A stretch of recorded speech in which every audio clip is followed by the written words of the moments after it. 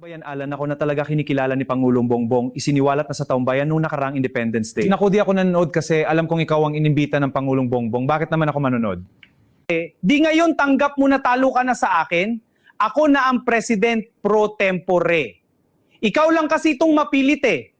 Sige, ikaw na ang President pro tempore, pero hindi pa rin ikaw ang Senate President kasi wala pa kayong 13. Hindi, wag muna kayong magdiwang. Magsipasok kasi kayo sa Senado para magkaalaman na tayo kung sino talaga ang Senate President. Huwag yung puro sa Facebook Live ka magngangawa. Maghintay kayo kung kailan namin gusto pumasok. Siguradong talo kami sa bilangan sa inyo. Baka may bigla pang tumawid na lang na loko. Paano ba yan, Alan? Ako na talaga kinikilala ni...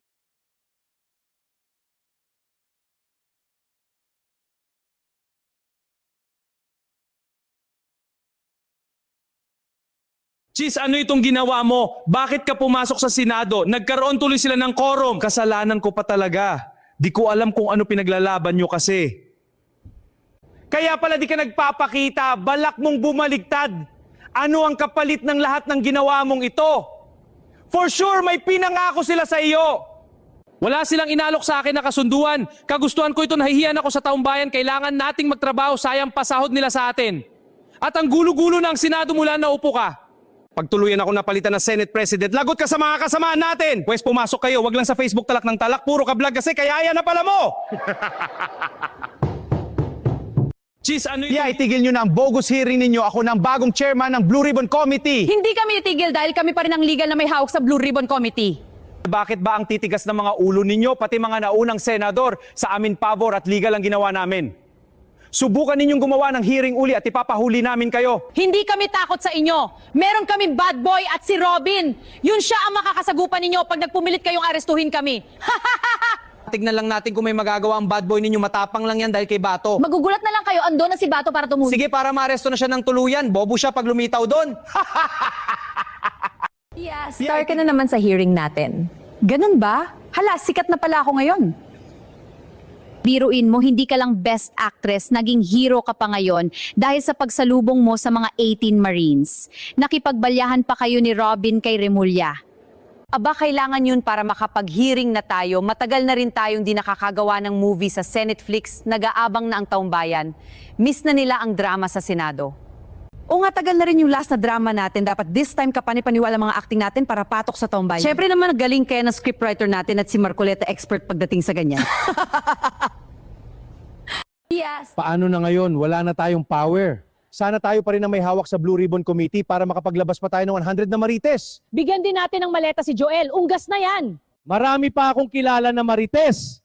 Gawin nating 100 million ang dineliver kay Joel. Hinudas talaga tayo.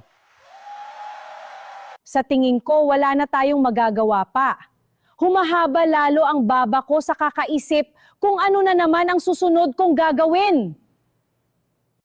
Baka pwedeng magdrama na naman ako, yung talagang pang-Oscar Awards. Baka sakaling mapaniwala pa rin natin ang mga bobong sumusuporta sa atin. Paano na ngayon? Wala na Hindi tayong nakinig ka sa payo ko sa iyo, pare. Wow! O pare, kasi ayoko matulad kay Jinggoy na nakulong. Oh yeah.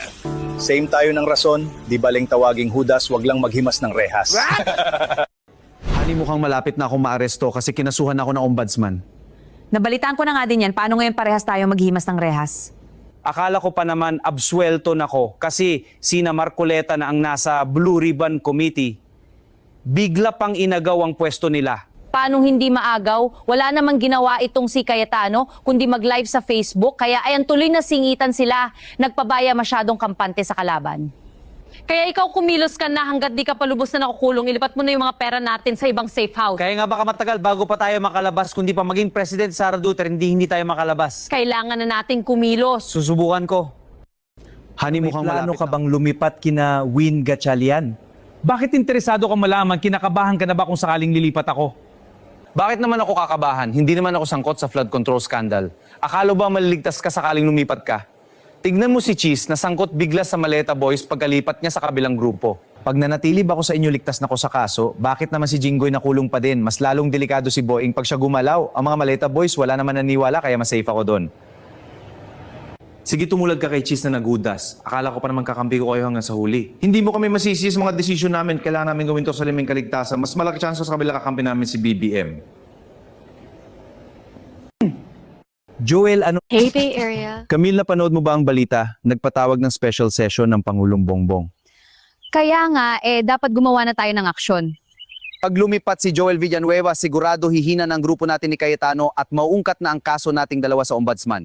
Balita kasi na pupunta siya sa special session na gagawin ng Pangulo. Aba, kailangan umaksyon na tayo agad. Kung kailangan pumunta tayo sa special session, ay gagawin natin. Bahala ng ibang kaalyado natin kung magpapapigil sila kay Cayetano, basta tayo mag-a-attend doon. Wala naman tayong tiyak na proteksyon kay Cayetano, sarili lang ang alam niya. Kaya nga tayo na gumawa ng paraan tulad ng ginawa ni Cheese. Sumabay na tayo kay Joel sa pagtawid sa kabilang kampo. Kanya-kanya na muna tayo ng diskarte.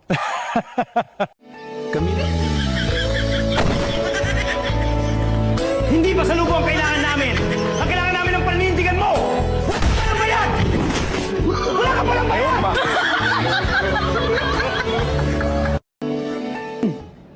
Joel, ano, may plano ka bang lumipat kina Win Gatchalian? Bakit interesado ka malaman? Kinakabahan ka na ba kung sakaling lilipat ako? Bakit naman ako kakabahan? Hindi naman ako sangkot sa flood control scandal. Akala ba maliligtas ka sakaling lumipat ka?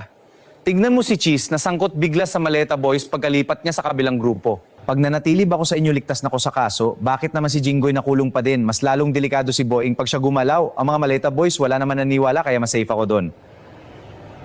Sige, tumulad ka kay Cheese na nagudas. Akala ko pa naman kakampi ko kayo hanggang sa huli. Hindi mo kami masisi sa mga desisyon namin. Kailangan namin gawin to sa limang kaligtasan. Mas malaki chance sa kabilang Ikaw kampi namin. matagal pa makasuhan, kaya ikaw muna ang bahala sa mga CCTV. O nga mukhang tuloy-tuloy ka na sa selda, sige ituro mo na lang sa akin kung saan nakapwesto lahat ng CCTV. Kayo muna, bahala dito ni na Robin at Marcoleta, hanggang di pa kayo nakakasuhan. Sige, andito pa rin naman yung magkapatid na Villar at sana lang di bumaligtad at lumipat sa minority. Yun lang, kaya dapat bantayan nyo ang dalawang yan. Pag nagkataon maagaw ng minority ang Senate presidency, Cheese, paano mukhang ikaw matagal pa Dahil makasuhan? lumipat si Joel sa kabila, gawan mo na din ng script na nabigyan siya ng maleta. Sige, agad-agad gagawin ko yan. Sino pa? Gawan muna din ng script si Alan just in case lumipat kasi nag-concede na. At pati si Pia baka lilipat na din. Okay, noted. Gagawin ko na ngayon. At dahil lumipat si Joel Pambihira sa naman yung binanat mo, mukhang padalos-dalos ka doon. Bakit? Ano bang masama sa sinabi ko kay Risa? Para masyado kang diretsahan. Diretsahan? Sabi ko lang ang totoo. Minsan kasi naka-offend yun. Siyempre nasaktan ako. Kasi di rin ako abogado tulad ninyo. Dapat isipin mo rin ang mga kaalyado mong senador. Wala akong legal background. Paano naman kasi nagiinit na ulo ko noon kay Risa? Kaya nasabi ko yun, nakalimutan ko rin na di ka nga pala nagtapos ng abogasya. Kaya minsan tuloy nasasabihan na mamarunong dahil sa mga banat mong sablay. Ikaw rin man kung minsan walang kwenta, minsan mga pinagsasabi mo eh. Pambihira naman yung